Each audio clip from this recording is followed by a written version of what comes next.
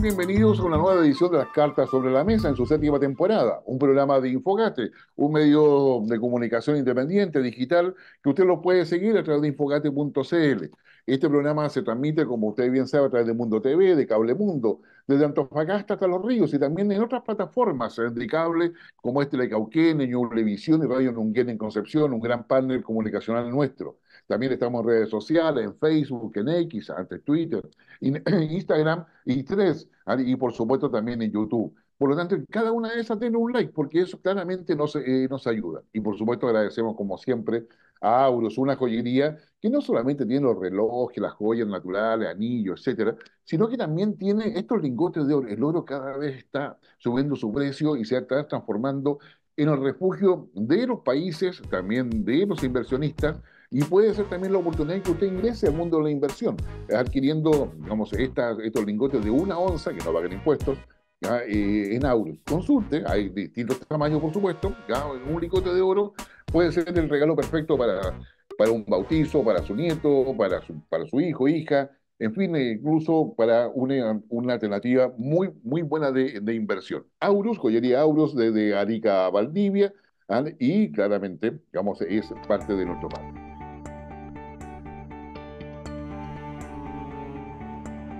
Nos acompaña ya un invitado que es habitual en nuestro programa y que nos permite, y él tiene una capacidad para poder explicar las cosas bastante claras, lo cual nos permite entender mucho mejor. Rubén Segura Flores, general de división en retiro del Ejército, ex director del Centro de Estudios, digamos, militares, del CECIM, del Ejército, ha estado destinado en Naciones Unidas, ha sido observador internacional de Naciones Unidas en varios conflictos y hoy día está como investigador también en estas áreas estratégicas. Rubén, un agrado saludarte. Guillermo, muy buenos días, gracias por la invitación y un saludo a los teleoyentes. Bueno, bueno, Rubén, a ver, si nosotros quisiéramos hacer una suerte de foto, porque es evidente de que hay una cantidad de explicaciones para lo que sucede, pero también hay mucha incertidumbre respecto a lo que viene. ¿Cuál sería la foto que uno puede tomar de los principales conflictos que hoy día tenemos y que nos afectan a nosotros, para poder mirar cuáles son los ejes que hay que preocuparse de mirar y por qué? Bueno, los últimos 10 días, la verdad que han sido bastante intensos en lo que ha sido la agenda internacional. Por un lado, ya lo nombraste tú, tenemos el fiscal Khan, que a pesar de ser británico, ¿no es cierto?, y tener toda una trayectoria, sorprende al mundo con esta orden de arresto que presenta al tribunal para detener, ¿no es cierto?, tanto a Netanyahu como a su ministro de Defensa y a los líderes de Hamas. Esto todavía tiene que verlo los jueces, hay un proceso, pero evidentemente ahí tenemos que fijarnos, porque alrededor de ese elemento, que estamos hablando de la guerra en Gaza, hay una serie de eventos que están ocurriendo paralelamente. Por ejemplo, paralelamente, Irlanda, Noruega y España hacen un reconocimiento unilateral del Estado palestino y lo van a formalizar el 28 de mayo, lo que generó, ¿no es cierto?, un debate internacional donde Estados Unidos, ¿no es cierto?, concuerda en que hay que llegar a la solución de dos estados original de la partición de la Palestina, pero que esta no es la forma, que no se puede hacer unilateralmente. Entonces ahí hay un elemento que hay que ver cómo va a evolucionar, por un lado, la resolución en la Corte Penal Internacional, y segundo, qué otros países se van a adherir a este reconocimiento de estados palestinos. Por ejemplo, ya Colombia, acá en Chile, o sea, perdón, en Sudamérica, señala de que va a enviar, ¿no es cierto?, una misión diplomática para instalarla en Ramala. Entonces, empieza a moverse el mundo y empieza a moverse todo engranaje. Por otra parte, tenemos la guerra de Ucrania, que tiene la atención del mundo en todos los aspectos, porque también afecta económicamente, está latente este miedo al empleo de armas nucleares, y esta situación, ¿no es cierto?, está generando una escalada en muchos frentes. Rusia, por ejemplo, hizo en los últimos 15 días dos cosas que están fuera del contexto de la guerra, pero que golpean el tablero mundial. Por un lado, anuncia que sus exploradores han descubierto yacimientos, ¿no es cierto?, petrolíferos en la Antártica, y por otra parte, surge una declaración de modificación del límite marítimo con Finlandia y con Estonia en el mar Báltico, lo que genera, ¿no es cierto?, otro movimiento de tablero. Si seguimos avanzando en este conflicto unido a Israel, muere en un accidente que está en investigación el presidente de Irán, que también va a tener consecuencias porque ahora hay que nombrar al sucesor. Raisi era el que estaba previsto, por lo menos eso es lo que se pensaba, que iba a suceder al ayatolá. Entonces, están ocurriendo una serie de eventos y antes de ayer comienzan los ejercicios y maniobras de China, ya no frente a Taiwán o en el estrecho Formosa, no, sino que alrededor de la isla y la tienen cercada completamente. Posterior a una reunión cumbre de una visita que hizo Putin a- al presidente chino.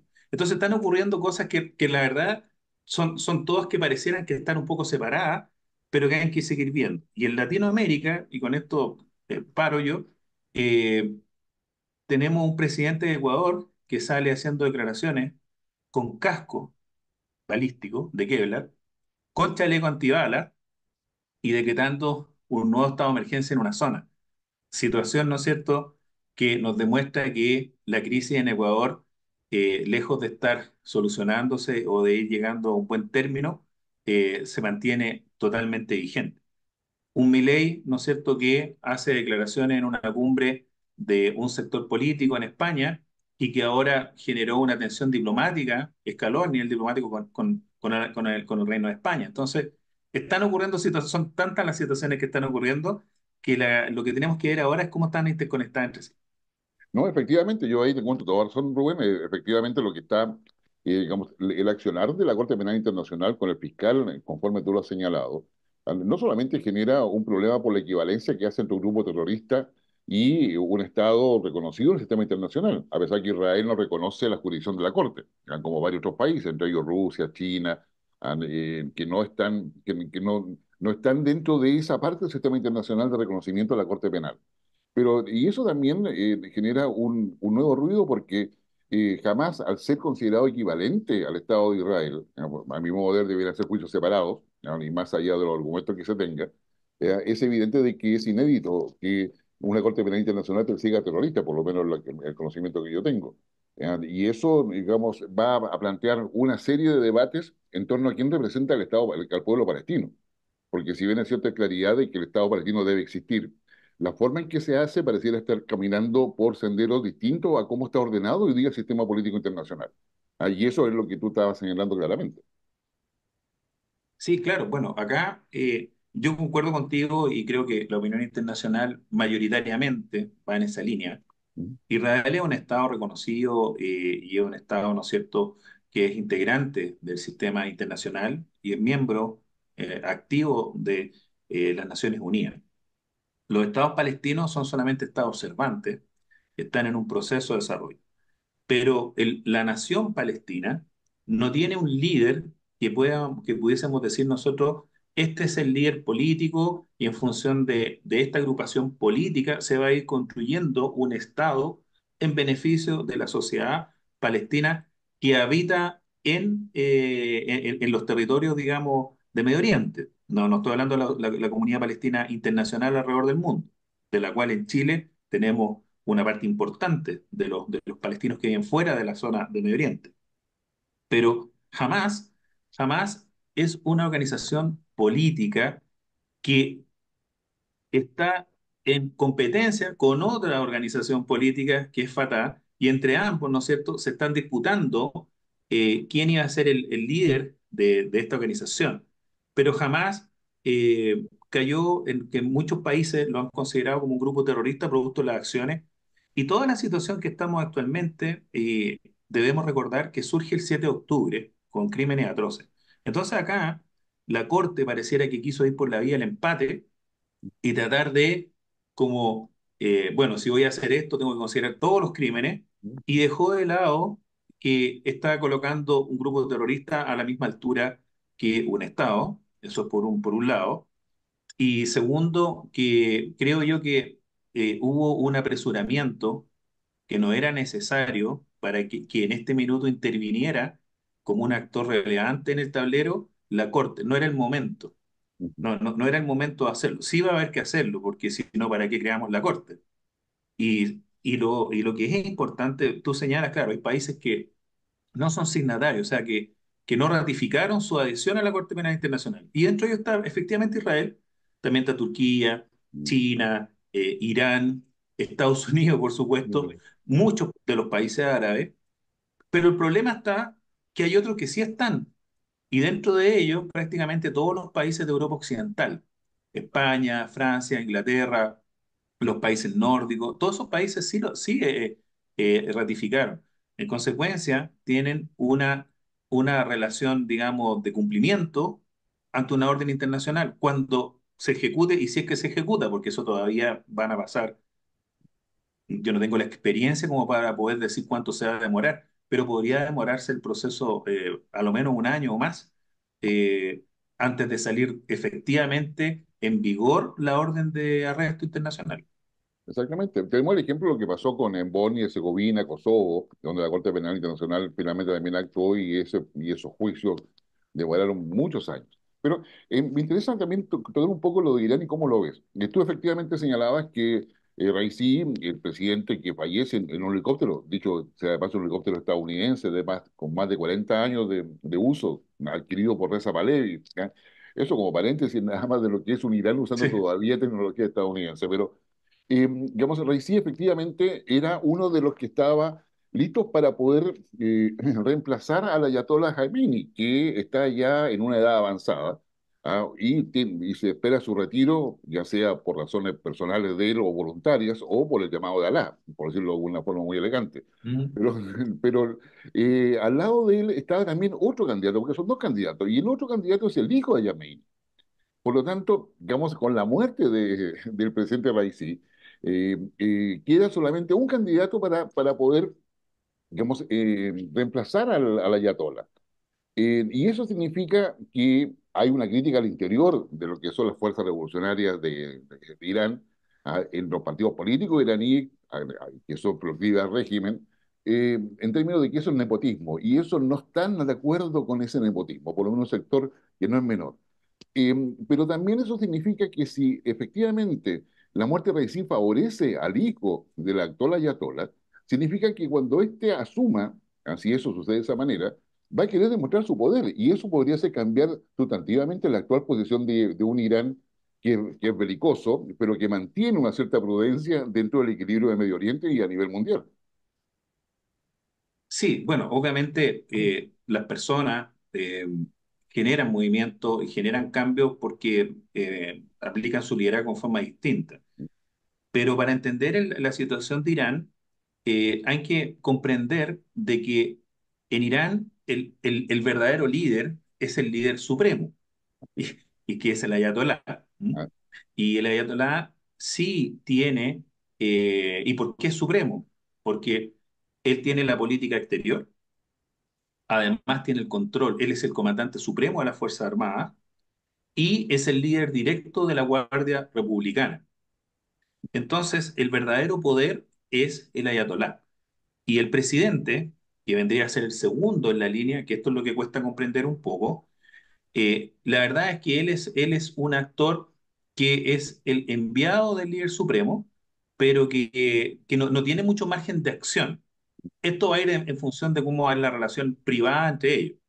Y eso explica de que en Irán muere su presidente y la verdad es que no hubo un colapso, no hubo una sonada, no hubo una situación, digamos, que descolocara al país, porque tienen esta estructura. Distinto si hubiese muerto el ayatolá, ahí yo creo que habría sido muy distinto. En la línea sucesoria, eh, el que lo designa es el ayatolá. así es, Entonces, así es. como es el líder supremo y tiene todo el poder, la verdad que lo que él dice es ley, porque el ayatolá además tiene una característica mística religiosa que tiene, ahogada en sí mismo, la facultad de interpretar el Corán, que es lo más sagrado para el mundo musulmán, en este caso especial, la facción chiita, ¿no es cierto? Entonces, eh, para los súbditos, porque ya prácticamente esto vendría a ser, ¿no es cierto?, casi, casi, digamos, una monarquía, para los ciudadanos de a pie de Irán, la verdad es que mayoritariamente lo que diga el ayatolá lo van a aceptar. El tema va a ser lo que viene, cómo va a continuar la relación, no tanto en la relación con Israel ahora, porque no es el momento de seguir golpeando a Israel, porque está en un momento de debilidad política, mientras ocurre esta sucesión. Pero aquí el que pierde un poco es Putin, porque Putin tenía una serie de acuerdos con Irán Ujú. y ahora, bueno, eso queda un poquito suspendido y vamos a ver cómo continúa esa materialización. ¿Cuál va a ser la postura política nueva, si es que la hay, de Irán con respecto a Putin y respecto a la transferencia tecnológica y el apoyo en la guerra? Eso para mí es un punto como para ver, más allá de lo que van a hacer con Israel, que eso yo lo considero permanente. O sea, ellos van a seguir trabajando con todos sus proxies en contra de Israel. Sí, bueno, yo creo que eso va a ser así. Ya vamos a volver a eso. Pero también ahí al lado, en Arabia Saudita, también hay una lucha sucesoria por quién va a asumir la monarquía como saudí. Porque efectivamente hay varios príncipes que piensan que puede ser elegido. Allá a ver, hay varios príncipes que son varias familias que están emparentadas entre sí, pero son grupos diferentes. En consecuencia, hay una cierta pugna que también puede generar un cambio de escenario bastante importante en todo lo que es Medio Oriente para los intereses no solamente de Rusia, China, la situación de Israel, sino que también en la relación con Irán, que se había logrado avanzar bastante por la ayuda de China en un acercamiento entre ese mundo sunita, que es el saudí, con el chiita, que está en Irán. Bueno, ahí lo que tenemos nosotros actualmente es una especie de guerra fría en el Medio Oriente, en el mundo islámico, ¿Mm? ya sean persas, turcos, árabes o de otras, digamos, de otras etnias, pero que los une, ¿no es cierto?, el islamismo, y es quién va a ser el líder de este mundo. Y esta disputa, ¿no es cierto?, que lleva años entre chiita y sunita, escaló al nivel de que el líder es sunita de Arabia Saudita. Por lo tanto, lo que va a pasar ahí en cuanto a la sucesión de la monarquía es relevante, pero ya tenemos algunas luces. O sea, hay luces de que el cambio va a ir por la línea, por lo menos lo que uno puede proyectar, de no un acercamiento a Israel, pero al menos una tolerancia con Israel. Va a ir por la línea de un poco separarse de Estados Unidos, que actualmente, digamos, hay una dependencia importante, y Arabia Saudita va a tratar de tomar un rol de liderazgo un poco más activo, que actualmente nosotros no lo vemos en las primeras líneas, ni siquiera en la Liga Árabe, son los principales oradores. Hablan normalmente Jordania, Qatar, país pequeñísimo, millonario, sí, por supuesto, es el que ha estado tratando de cubrir esa área. Entonces, ¿qué es lo que nosotros podríamos esperar? De Arabia Saudita, una independencia, y el mundo islámico en general, porque Occidente se está debilitando, Estados Unidos se está debilitando y su presencia ya no es tan marcada ni tan necesaria como lo fue antiguamente. Tú recién hablabas de que Irán tenía helicópteros americanos. No solamente tiene helicópteros, tiene aviones. El Tomcat F-14 en la única parte del mundo que está volando en este minuto es en Irán, por ejemplo, cosas que son como anecdóticas y que una anécdota, con mucha astucia ellos pudieron suplir la falta de suministro a través del uso de la impresión 3D y comenzaron a fabricar las piezas que no les suministraba Occidente y llegaron a la independencia digamos, de repuesto a través de impresión 3D. Cosas que hacen estos grupos. Entonces concuerdo contigo en lo que debemos estar observando en ese pequeño subconflicto que hay en Medio Oriente entre Irán y Arabia Saudita. A ver, tú mencionabas también lo de Taiwán y lo hacías yo diría, con todo lo que es tu experiencia y conocimiento militar, en términos que había un cambio, porque ya no era el hacer ejercicio frente a la isla, sino que, y como la isla de Taiwán, antiguamente isla de Formosa, es ahí donde Chiang ¿Mm? Kai-shek cruzan los nacionalistas y, digamos, y se genera lo que hoy día conocemos como Taiwán, sino que es alrededor de la isla. ¿Qué significado tiene eso? Porque obviamente tú lo mencionas y tiene un significado desde el punto de vista del análisis estratégico militar. O sea, ¿qué significa mostrar esa capacidad de rodear la isla? Porque alrededor de eso estamos cerca de Japón, estamos cerca de todo un área oceánica de interés manifiesto de China también. y de Corea del Sur, etcétera. Bueno, es un golpe en la mesa bastante fuerte. En general, China ha sido muy cauto en las últimas décadas en cómo interviene desde el aspecto militar, porque en lo económico ha sido full agresivo, en lo que es lo industrial ha sido tremendamente agresivo y comercial al nivel del espionaje industrial que hemos sabido desde China. Pero en lo militar, ellos han sido muy conservadores y se han limitado, ¿no es cierto?, a incrementar sus capacidades, pero siempre a mantener el tema de una sola China.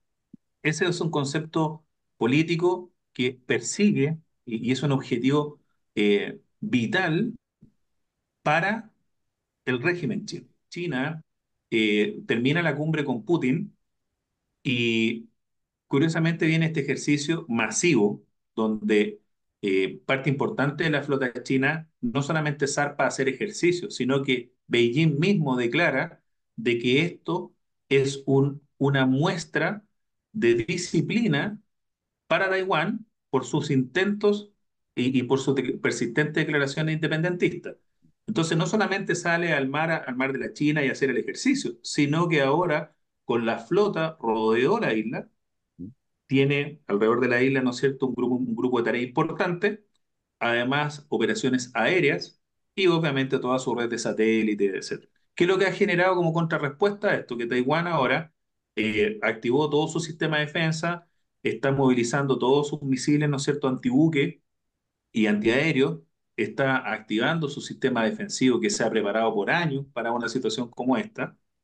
Yo no creo que exista una invasión, pero con esto China está diciendo, mire, yo tengo la capacidad de hacerlo, Ujú, pero lo más importante, tengo la voluntad de hacerlo. Si persistimos en este intento independentista, la próxima vez ya no va a ser un ejercicio, sino que esta capacidad yo la voy a emplear. Y eso no había pasado, o sea, no habíamos visto una China que hiciera una acción militar tan clara y tan con el objeto específico estratégico de disuadir. No hay ningún ujú, otro objetivo. ujú, El tema está que China, si hizo esta movida, quiere decir que tiene preparada la segunda. Y Occidente ujú. no lo vi reaccionar. Ya. Oye, a ver, digamos, dos ideas para poder analizarla contigo. Eh, Uno, mirando el mundo desde fuera, si se quiere ver de esa manera, pareciera ser que tanto China como Rusia, Irán también, y otras potencias que están alineadas, digamos, India de alguna forma muy menor, están dedicados a poder generar varios frentes que obliguen a Estados Unidos a poder preocuparse, porque significa mandar capacidades militares, navales, etcétera, ¿ya? Significa la Antártica, por ejemplo, con el tema de Rusia, y como la Antártica es notable, solamente una semana atrás, digamos, se anunciaba que de los dos rompehielos que tiene Estados Unidos no se iba a reponer ninguno, y eso tenía más de 40 o 50 años ya de vida útil, porque no había presupuesto. Pero bastó que Rusia dijera que había petróleo, que es un anuncio ya del 2020, para que Estados Unidos sacara un comunicado diciendo de que iban a tener una flota antártica, ¿ya? Que eso es una flota rompehielo en la práctica. Y pareciera ser que la estrategia es obligar a Estados Unidos a diversificarse, porque a mayor diversificación es más débil desde el punto de vista militar, porque no tiene la capacidad industrial para sostener tanto frente a la vez, no tanto teniendo en los materiales, tiene los buques, tiene una serie de cosas, pero no tiene la capacidad de poder mantener todo eso frente a la vez. ¿Es dable eso que te estoy señalando? ¿Es posible sostenerlo? O sea, podríamos inferir de que le quieren abrir varios frentes, ¿sí? Yo Eso. creo que sí. Pero Rusia, yo pienso que Rusia está tratando de demostrar cuáles son sus capacidades Ujú, en función de una estrategia que ha desarrollado y que, en mi opinión, esto puede ser discutible por sí, otro analista militar, pero en mi opinión, la estrategia rusa ha sido más exitosa que la estrategia norteamericana. Porque cuando Rusia dice, mire, descubrimos yacimientos de petróleo en la Antártica, y tenemos intereses en la Antártica, no solamente dice eso, sino que hay una noticia que se percibió poco. Pero además vamos a lanzar al mar el rompehielo nuclear más grande del mundo, ahora, próximamente. En cambio, Estados Unidos dice, yo voy a construir una flota. Sí, eso será 5 o 10 años más. No es llegar a ser un buque. ¿M? Claro. Entonces, Rusia se adelantó estratégicamente en muchos temas. Por ejemplo, en la guerra de Ucrania, cuando todos pensamos ya que Rusia, la verdad, no tenía nada más que ofrecer, aparece como el niño, digamos, inteligente de la clase, levanta la mano y dice, resulta que yo tengo misiles hipersónicos de verdad. Y comienza a bombardear con misiles hipersónicos y sorprende a todo el mundo. Eh, Cuando creemos, ¿no es cierto?, que ya no tenía ciertas capacidades, hay un tanque que todavía no ha sido empleado en combate, que el T-14, que es el nuevo tanque de ellos, que todavía no ha sido empleado en combate. En Ujú. algún minuto esa capacidad va a entrar al campo de batalla. Tuvo la capacidad Rusia de sobreponerse a la desventaja de armas de precisión y con la transferencia iraní de los drones Shahed, actualmente Rusia, ¿qué es lo que hizo? No solamente creó una planta, ahora los está fabricando, ya no llegan de Irán y además los mejoró, los optimizó. Entonces, eh, eh, cuando abre este problema del límite entre Estonia y Finlandia, eh, puede ser, yo no tengo más evidencia, puede ser que quiera que se esté abriendo muchos frentes. Obviamente hay una estrategia detrás de esto, ¿no es cierto? Está moviendo el avispero. Pero curiosamente, esto surge días antes de la visita a China y días después de la visita a China. Entonces, algo hay ahí y China ahora está rodeando Taiwán. Algo está pasando en el tablero y obviamente esto demuestra la debilidad de Occidente. Totalmente. Aquí solamente se ponen de acuerdo dos líderes. Para mover 10 hombres de la OTAN, se tienen que poner de acuerdo más de 20 países. O sea, lo cual hace una gran diferencia. Agreguemos a eso que China le acaba de subir los aranceles a las importaciones desde Europa en un 25-30% prácticamente. En consecuencia, eso está generando un problema a los países europeos que exportan a China, y es parte de una guerra que se está intensificando no solamente en el ámbito militar, sino que en el ámbito comercial y económico. Sin contar el ámbito financiero, donde China se ha transformado en el mayor comprador de oro a nivel global, anticipando prácticamente que quiere hacer reservas a futuro, y probablemente esas reservas a futuro tienen que ver justamente con la implementación de esta estrategia, que es lo que uno deduce así desde la lejanía de la información. Hay más evidencia de que China está avanzando y está superando a Occidente en todas las líneas que debe tener una gran potencia. En la carrera espacial, la carrera espacial tiene varias etapas: primero lanzar un satélite, después lanzar astronautas, después hacer una caminata lunar, después llegar a la Luna. Bueno, resulta que los últimos que llegaron a la Luna son los chinos, ¿ah? Entonces, hay una serie de cosas que están pasando en que demuestran que China efectivamente va en ese camino. ¿No? Es la potencia económica. Ya el año 2014 cambia el PIB, bueno, con la paridad de poder adquisitivo, y supera al de Estados Unidos. Entonces, no es una cosa nueva. La diferencia está quizás, y lo que lo ha mantenido un poco, que todavía no ha dado este gran salto, es que, claro, Estados Unidos divide su PIB en, no sé, por 340 millones y ellos lo dividen en 1.400 millones. ¿Ah? Esa es la diferencia gigantesca, ¿no es cierto? Y Ujú, ahí el PIB per cápita, ¿no es cierto?, el que hace un poquito mover la balanza. Y que además China ha sido muy paciente en no disputar tareas del policía internacional. ujú. China ha tratado de no meterse, no interferir en los conflictos, porque a China le da lo mismo. Te lo voy a poner en práctico. ¿No? Si en un país hay una dictadura comunista, fantástico, no tengo aranceles con ellos, ¿No? hago comercio. ¿No? No, es una democracia liberal occidental tradicional. Ah, perfecto, tendré que pasar, ¿no es cierto?, las barreras, ¿no es cierto?, arancelarias que corresponden, pero voy a negociar igual. O sea, China no se abstrae, no se autolimita ideológicamente con quién negocia. Eso es una cosa súper curiosa. ¿No? No, Entonces, pragmatismo. son pragmáticos, exactamente, creo que esa es la palabra adecuada. O sea, Ujú. son totalmente pragmáticos. Y ahora con Xi Jinping, que rompió si tú miras la estadística, los líderes chinos normalmente están 10 años, pero Xi Jinping, con esta modificación que se hizo de que él ahora está al mismo nivel de Mao Zedong, que puede, digamos, dictar doctrina, la verdad es que parece que no vamos a cambiar. ¿M? Parece que sigue. Así que están ocurriendo cosas raras también ahí. ¿M? Sí. A ver, tú has mencionado en varias oportunidades el tema de un debilitamiento de Estados Unidos y también eso conlleva un debilitamiento de Occidente. ¿Ya? Y ¿M? bueno, hay un autor que se le asigna que el año 76 ya él vio por qué la Unión Soviética iba a colapsar, que finalmente sucede en 1989, 1991, iba a colapsar y lo que él usaba como indicador era la tasa, ¿ah? de natalidad y de mortalidad, básicamente ahí se concentraba, que se llama ¿M? Emmanuel Todd. Y ahora este hombre acaba de sacar un libro que se llama justamente también La decadencia de Occidente y da cuenta de un cambio mucho más profundo.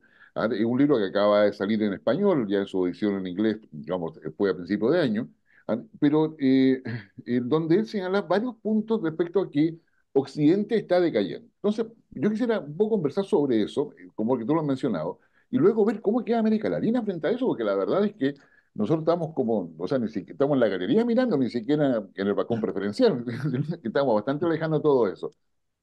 Oye, no salimos ni en el libro. Eh, Además, Mira, bueno, este es un dato muy interesante. Manuel Todd, ¿no es cierto?, es un politólogo, historiador, filósofo francés, pero es de la línea un poquito rebelde, ¿no? Es de la línea realista, pero es de la línea un poquito rebelde, independiente. De hecho, no siempre, digamos, caen bien sus libros, porque rompen, como tiene pensamiento lateral, salen del paradigma, ¿no es cierto? Y bueno, y sale con esta idea. El problema es que cada vez que ha escrito un libro nos ha generado una situación de, chuta, ya lo había dicho todo, ¿no es cierto? En la década del 70 escribe que va a caer la Unión Soviética, llega el 90 y cae la Unión Soviética. Después dice estamos al borde de la Tercera Guerra Mundial y mira, ahora estamos al borde de la Tercera Guerra Mundial, digamos, con todos los indicadores. Y ahora en este último libro que lanzó en español el 20 de mayo y que ya por ahí por el 27, 28 de mayo ya se va a poder comprar por Amazon en la versión Kindle, así que ya lo vamos a tener en ebook, pero ahí él plantea una serie de elementos que, como tú dices, él analiza la tasa de mortalidad. Entonces él dice, bueno, en Occidente está muriendo gente, pero ahora, ¿por qué está muriendo gente? Sí, está la natalidad de toda la gente por las diferentes morbilidades, ¿no es cierto?, que puede tener, pero también porque aumenta la tasa de asesinatos, de homicidios, y también porque aumentó la tasa de suicidio. Eso está pasando en Occidente. Bueno, ¿y qué más está pasando en Occidente? Y empieza a hacer este análisis, Emmanuel Todd, y llega a la conclusión, eh, una conclusión capital de su libro, que sin ser él una persona religiosa ni nada, pero él dice, mira, ¿sabes qué? Acá falló Occidente y su decadencia está porque perdió la mística protestante, perdió, digamos, su origen protestante. Entonces, pero él lo desarrolla completamente, desarrolla la idea y en el fondo dice, bueno, al principio, Estados Unidos y Occidente, al abrazar el protestantismo, principalmente la línea calvinista, lo que hace, ¿no es cierto?, es que aumenta la alfabetización de los ciudadanos y ahora cada uno de ellos podía acceder a leer la Biblia y era una obligación leer la Biblia. Y como era una obligación leer la Biblia, los evangelios, bueno, aumentó la alfabetización. Al aumentar la alfabetización, ¿no es cierto?, empieza uno a tener una clase trabajadora educada. Eso permitió, ¿no es cierto?, subir un nivel. Además, como estaban basados en esta idea, digamos, que lo explica muy bien Max Weber en su idea de cómo el protestantismo generó la riqueza de los países occidentales, genera, ¿no es cierto?, un hombre, entre comillas, ¿no es cierto?, porque estamos hablando de ideales, un hombre bueno, un hombre que se preocupa, ¿no es cierto?, de tener una ética, de generar riqueza, de mantener una austeridad y que era muy bien visto que el que tenía mayor capacidad, mayor riqueza, quiere decir que era elegido por Dios. Y el que no era tan elegido por Dios, y ahí tenían esta teoría de la predestinación calvinista. Bueno, él desarrolla esta idea muy dentro de otras ideas más que desarrolla, pero dice que actualmente la crisis moral que está viviendo Occidente, este alejamiento, este ateísmo, ha generado un individuo que, que lo podríamos resumir, y este resumen ya lo hago yo, no lo dice él, pero yo trato de extraer de un resumen diciendo, bueno, tiene como tres características: es individualista, es materialista y con falta de espiritualidad. ¿un Y ahí nihilismo está, sería? un Claro, nihilismo. él lo desarrolla con el nihilismo, ¿no es cierto? Que él, ¿no es Claro. cierto? Ya definitivamente nada existe, no creemos nada, ¿no es cierto? Y llega a un nihilismo máximo. Situación contraria a lo que tenemos en Rusia, que, que mantienen su cohesión a través, ¿no es cierto?, de la fe ortodoxa. No es que todos sean ortodoxos, pero sí celebran las festividades, sí mantienen y sí tienen esta tradición. Y él llega a una curva de natalidad y mortalidad, Ujú, y él dice, bueno, hasta el año 2027 aproximadamente, Rusia tiene la capacidad para poder vencer a Occidente en el campo de batalla, porque va a tener la masa humana. ujú, Después no la va a tener. Chuta. Y resulta que la planificación rusa de esta guerra inicial era hasta el año 2025. Punto para todo. Ajá. ujú. Después, ¿no es cierto? La industria. La industria fue decayendo en Estados Unidos y empezaron a hacer ciertas cosas. Habla de él incluso de la ideología de género. No es en contra, no tomemos partido, pero lo que plantea él dice, mira, está bien, siempre han existido en la raza humana los heterosexuales, los homosexuales, los bisexuales, pero los transexuales, dijo, eso ya está destruyendo la sociedad y ahí habla, ¿no es cierto?, del ejemplo del hombre que quiere ser mujer o la mujer que quiere ser hombre, Perdón. y lo explica bastante bien. Pero en el punto industrial, cómo esto pega en la industria, comenta Todd que Rusia, que representa menos o casi el 3% del PIB de lo que es toda la OTAN, ha tenido la capacidad de mantener una industria bélica en función de la guerra. Entonces tiene la cantidad de personas, o sea, tiene el manpower. Por Ujú, otro lado, tiene la industria que sigue produciendo y produciendo y produciendo. Y por el otro lado, tenemos una OTAN liderada por Estados Unidos que anda haciendo una colecta de bombas para poder darle municiones a Ucrania. O sea, Occidente no ha sido capaz de suministrar los equipos y las municiones suficientes para que Ucrania pueda hacer esto. Y ahí está la falla en la contraofensiva, ¿no es cierto?, que fallía, que tuvo Ucrania y actualmente los éxitos que ha tenido en el campo de batalla ruso. Nosotros vemos todos los días videos de drones ucranianos destruyendo cosas rusas, pero hay videos que no vemos que si miramos un poco esto más arriba del satélite, vemos que Rusia no ha perdido terreno de lo conquistado, sino que cada día conquista más. ¿Mm? Y la guerra, la verdad, no es cuántos drones o cuántos buques tú pierdes, sino que si es que vas logrando tu objetivo estratégico. Y en este caso lo está logrando Rusia. ¿no? Punto para todos. No, sin lugar a dudas, yo creo que la idea de que Estados Unidos y Occidente en general, porque la ética protestante que se llama Weber, yo creo que todo hace una muy buena, como digamos, síntesis y análisis respecto a cómo la pérdida de esa suerte de fe, del trabajo entregado, digamos, a Dios, digamos, en esta ética protestante, finalmente se ha ido perdiendo por una diversidad de cosas que entre ellas lleva al debilitamiento de la democracia porque finalmente la democracia cede a partir de estas minorías que piden una serie de cosas y la democracia pierde un poco el sentido de poder administrar adecuadamente y en forma equilibrada todo lo que es un bien común que le corresponde a toda la sociedad, pero que tiene que ser un objetivo que alguien lo coloque. Pero, digamos, el objetivo no lo coloca la base, lo colocan los líderes preocupados de la base, que es distinto. Entonces ahí hay una suerte de separación entre quienes lideran. Mira, Dime. hay un punto que hace todo en esto de la democracia y de los ejes de los países. Entonces, él plantea que el eje tradicional París-Berlín, ¿m? Ujú, O Inglaterra, París-Berlín, etcétera, él considera que Alemania con Rusia son países complementarios, uno por un lado en ingeniería, el otro por capacidad industrial, pero que Estados Unidos en su afán de evitar que se junte en algún minuto Rusia con Alemania y sean la gran potencia, el gran hegemón futuro, ha generado y ha introducido este eje Londres, Varsovia, Kiev, y que esa va a ser su perdición. Y además que la OTAN, ya después del término del Pacto de Varsovia, se ha transformado en una organización militar no de apoyo a Europa, a los problemas europeos y a la situación de Europa, sino que más bien a una capacidad militar americana para controlar Europa. Esa es la mirada que tiene Todd. Entonces, decir eso en todos estos países que son firmantes de la OTAN y que están obligados ahí por el tratado, a defender a Estados Unidos o a hacer lo que él diga, y que curiosamente el líder de la OTAN siempre es un americano, y el nombre que tiene el título, mismo título que tuvo Eisenhower, porque es el comandante supremo de todos los poderes aliados en Europa, el Sheikh que se llama. Entonces, chuta, tiene un nombre casi tan rimbombante como el líder de Corea del Norte, que es el líder supremo. O el Entonces, Ayatollah. algo tiene por ahí todo claro, que nos da unas luces que, por eso es que él a veces se va a escribir y lanza sus libros de otras partes, de Japón, no necesariamente de Francia, ¿no? A todo esto dijo que este iba a ser su último libro, dijo que con esto cerraba sus sagas de libros.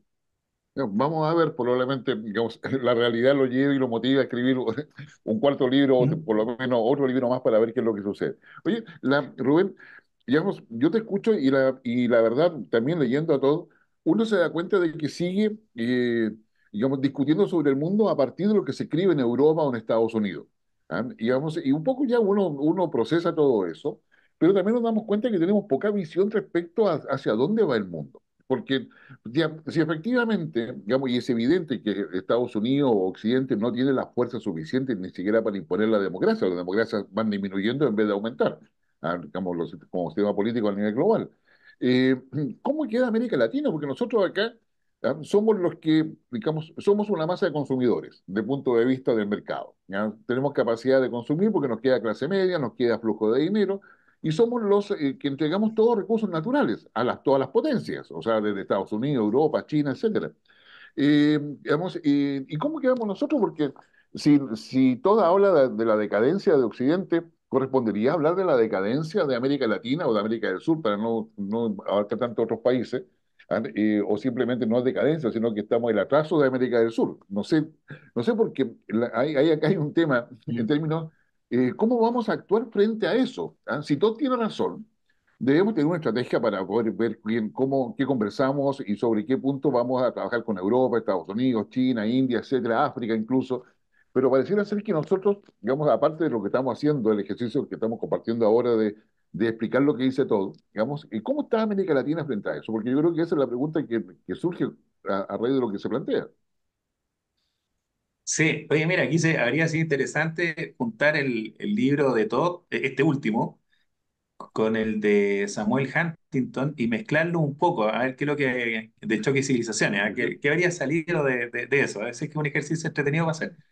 Mira, lamentablemente quedamos mal porque América Latina es un reflejo, porque no es un espejo, si Mm, fuera espejo sería muy idéntico, es un reflejo de lo que es, ¿no es cierto?, Occidente. Nosotros obviamente somos culturas que hemos nacido a la vida de la fusión, ¿no es cierto?, de lo que fueron los habitantes primigenios, ¿no es cierto?, de esta zona, junto con la llegada de los descubridores, posteriormente conquistadores, colonizadores y finalmente nos independizamos. Pero tú puedes salir desde cruzando el Río Grande, desde el norte y veniéndote en un scooter, por decir ujú, algo jocoso, desde México y llegar hasta el Polo Sur, si es que está congelado el mar, que es territorio chileno, y vamos a llegar, ¿no es cierto? Y podemos hablar en español. Eso te da como una pista, ¿no es cierto? sí, Parece que hay algo que pasamos por todos los países, todos los tipos hablan español, algunos por ahí hablan inglés, que fueron algunas pequeñas colonias que quedaron de los británicos, está la Guyana Francesa, por otro lado, y tenemos, bueno, ¿no es cierto?, Gran Brasil, cuando se dividían, ¿no es cierto?, con el Tratado de Tordesillas, se dividía en el mundo. Entonces, obviamente que a nosotros lo que pasa en Europa nos pega. Y con esta pseudo profecía de Todd, a nosotros no nos va a ir bien, porque todo nuestro sistema es occidental, nuestro modelo económico, nuestro modelo educativo, la forma aspiracional, el entendimiento de lo que nosotros creemos que es la democracia y cómo desarrollamos la democracia, las herramientas que utilizamos, la tecnología.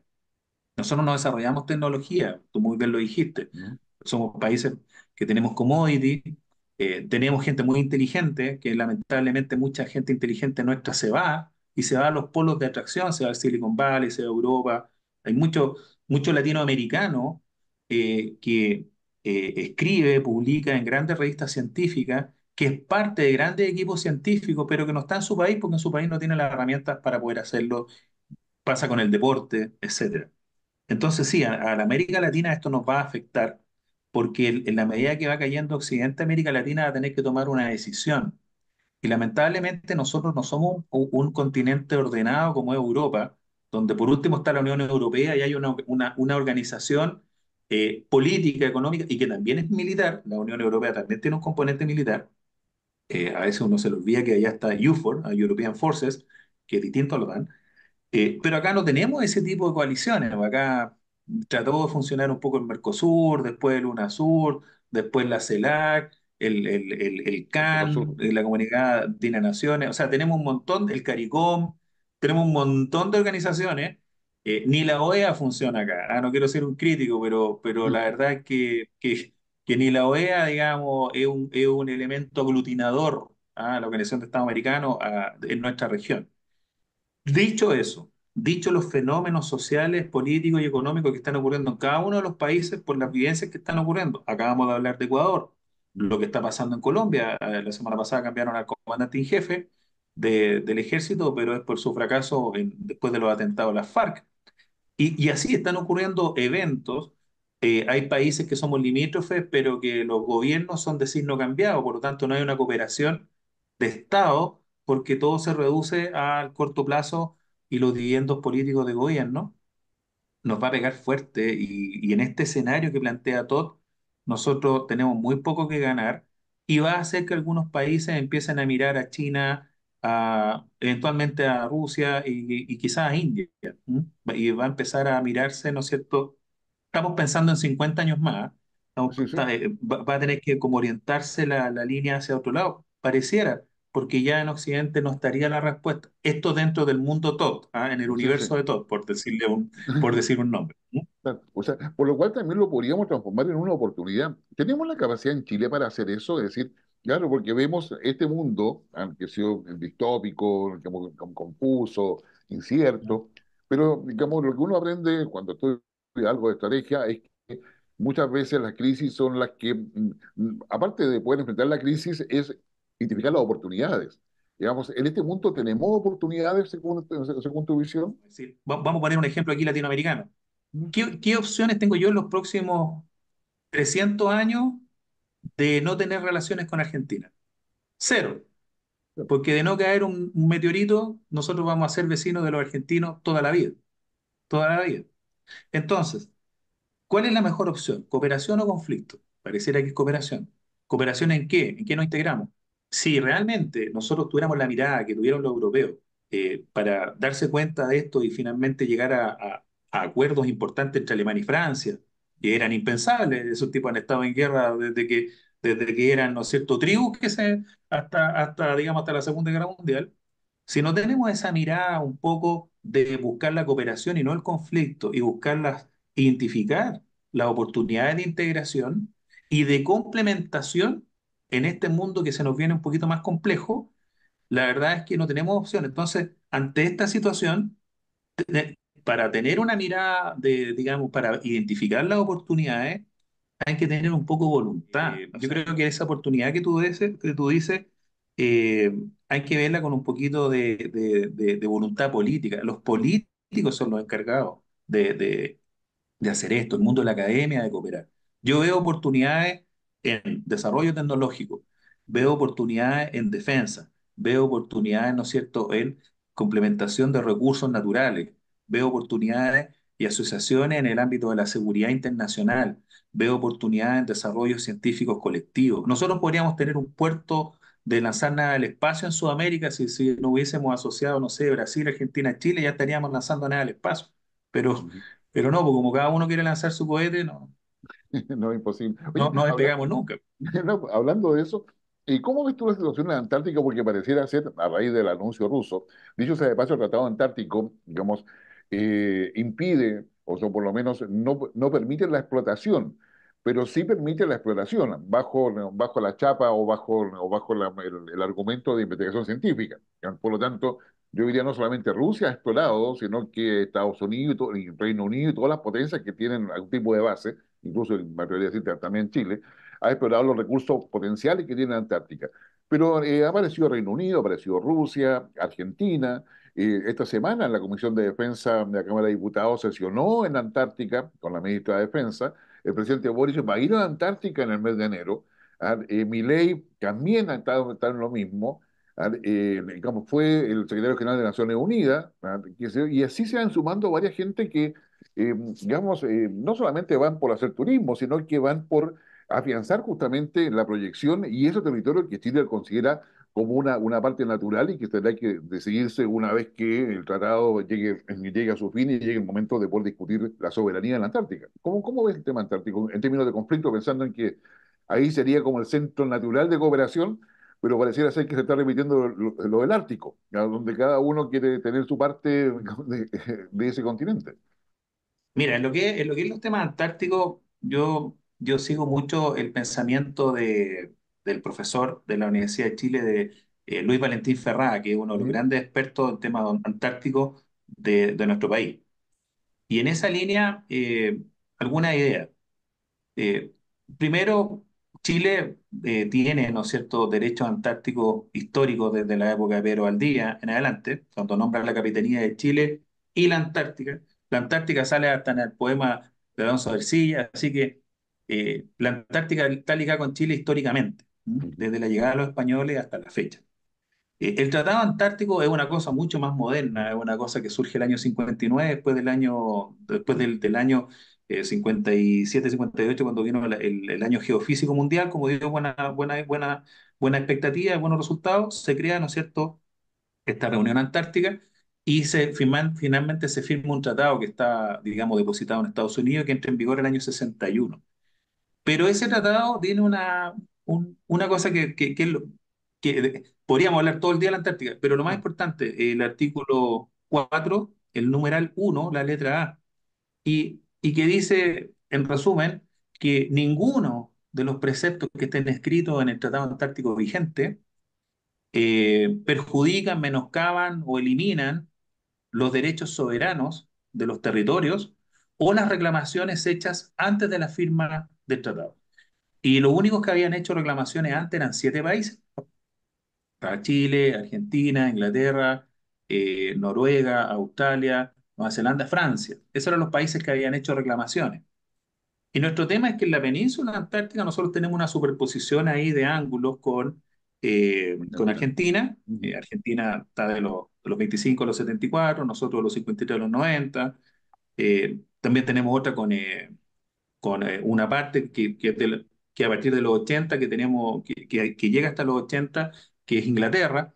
ujú, Entonces, hay una superposición. El Tratado Antártico prohíbe, o sea, no, suspende las reclamaciones, no las elimina, las suspende solamente ujú, y dice, las vamos a suspender, no estamos diciendo que no reconocemos todo lo que se haya dicho antes, pero a partir de ahora nadie más puede hacer reclamaciones territoriales, nadie más puede reclamar soberanía, y ujú. solamente el continente antártico se va a dedicar a la exploración científica, a la investigación científica, al apoyo de la humanidad, al cuidado y la protección del medio ambiente antártico, que después surge en la década del 90 otros protocolos, al cuidado de la diversidad, etcétera, etcétera, el agua, ahí está prácticamente todo el agua del futuro de la humanidad, Exacto. y sabemos que también va a haber petróleo y muchas cosas. El tema está que el Tratado Antártico no se puede tocar hasta la revisión hasta el año 2048. Y el año 2048 se va a revisar, pero eso no quiere decir que va a pasar nada malo, no quiere decir que no necesariamente, digamos, vamos a tener grandes problemas, porque tienen que estar de acuerdo todos. Pero si nos ponemos en un enfoque realista y avanzamos en el futuro y seguimos avanzando los miles de millones de seres humanos que somos, va a llegar un minuto en que vamos a tener que recurrir a la Antártica. Sea, en algún minuto de la evolución de la humanidad vamos a tener que recurrir a la Antártida. Entonces, actualmente este tratado, que ha sido un tratado exitoso, de hecho ahora estamos en India, estamos ahora en la conferencia mundial de la Secretaría Permanente de la Secretaría, digamos, del Tratado Antártico, que va pasando por diferentes países. En este minuto la reunión está allá en India, toda esta semana. Nosotros podríamos decir, ¿no es cierto?, de que es un tratado exitoso. Chile está bien colocado y Efectivamente. No, digamos, en el tema chileno, yo creo que una de las políticas más exitosas que ha tenido el Estado de Chile, esto viene, yo diría, las primeras expresiones, por lo menos, desde el regreso a la democracia, aparecen mencionadas con lagos, con las acciones ya concretas, y luego se van consolidando hasta que finalmente ya ha sido permanente los recursos para la Antártica, digamos, el apoyo científico y la preocupación presidencial. Además, la Antártica es un estupendo argumento que saca al presidente y a las fuerzas políticas del debate ideológico o de la pugna por el poder y los coloca en un tema que no tiene aristas que dañen, digamos, la distribución de poder internamente. Así que es el canal de win-win. Y la verdad es que yo creo que Chile le hace falta bastante más, y una estrategia mucho más concreta desde el punto de vista diplomático para poder lograr el espacio de cooperación y convergencia con los países vecinos y con otras potencias en torno a la Antártica. Y yo creo que ahí nos falta la voluntad política de ver la oportunidad para poder avanzar sobre eso ahora, más allá de ratificar nuestro derecho, vamos, a esa península que, como tú bien decías, ha sido histórica de nuestra parte. Sí, bueno, pero nosotros tenemos si bien es cierto, se ha hecho mucho en investigación, en empleo de Fuerzas Armadas, en política de gobierno. Muchos presidentes han ido para, de hecho, el primer presidente del mundo que fue chileno, o sea, Chile está involucrado. El tema es que, en mi opinión, y escuchando a otros expertos en el área, yo no soy experto en temas antárticos, pero sí escuchando lo que los expertos dicen, quizás nosotros deberíamos multiplicar por dos o por tres la inversión que hacemos en la Antártica para poder, ¿no es cierto?, mantener lo que hemos logrado a la fecha y seguir en ello.